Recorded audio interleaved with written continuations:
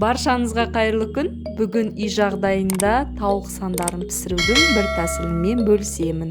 Арнама қош келдіңіздер.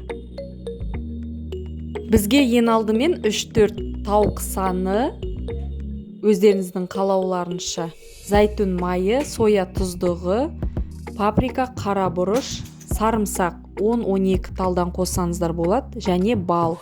Балды өздеріңіздің қалауларынша қосасыздар. Ең алдымен тауық санын осылай пышақпен кесіп аламыз, пішпектеп.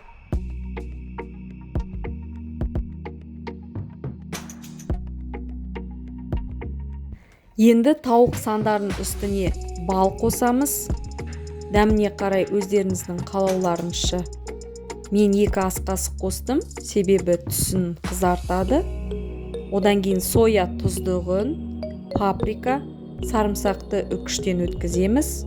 Зәйтүн майын қосып, жақсылап араластырып аламыз.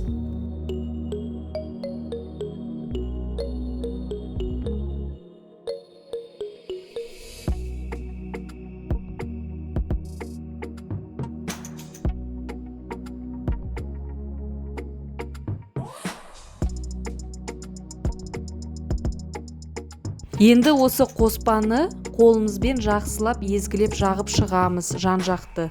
Дұрыстап жағып шығамыз. Мен кешкі уақытта жасадым осы тауық сандарын. Ертеңінде духовкаға салып пісіріп аламыз.